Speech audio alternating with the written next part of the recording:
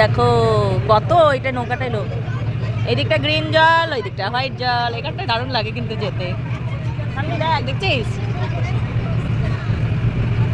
এখানটা হেভি লাগে দেখতে না? নবদ্বীপে এসে দেখো হোটেল না যেন বাড়ি ভাড়া নিয়ে নিয়েছি। দুটো রুম, ডাইনিং প্লেস সব কিছু ছিল, এত বড়।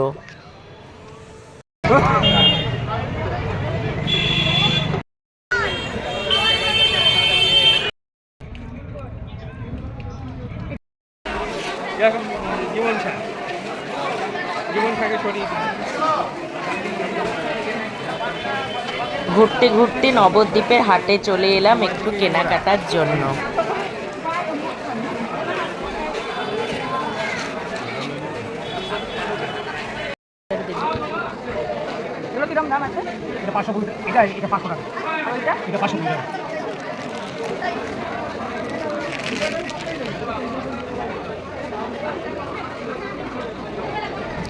হাটে এসে কেনাকাটা করছি, আর কেনাকাটা করব না সেটা কি হয়? আমি কিন্তু অনেকগুলো শাড়ি নিয়েছিলাম, 6টা না 7টার মতো। একদম বরের পকেট খালি করে দিয়েছি।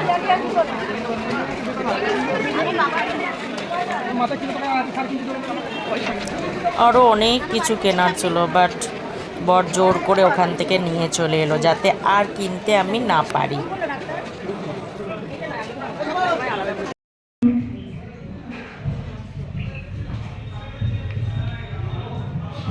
খাবারগুলো কিন্তু অনেক টেস্টি ছিল। আমাদের দিকে ওখানেরই যেই টোটোয় আমরা গিয়েছি বেড়াতে, ওই টোটোরই দাদা আমাদের ওই হোটেলে নিয়ে গিয়েছিল।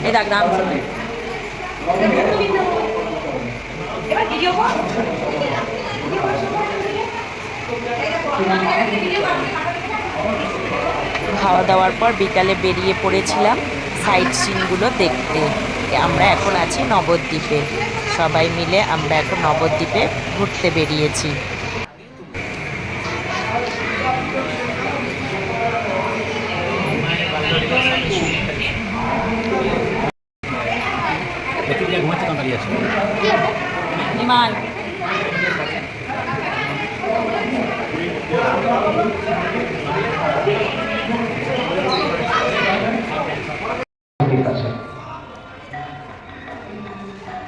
যশোদা আচ্ছা খা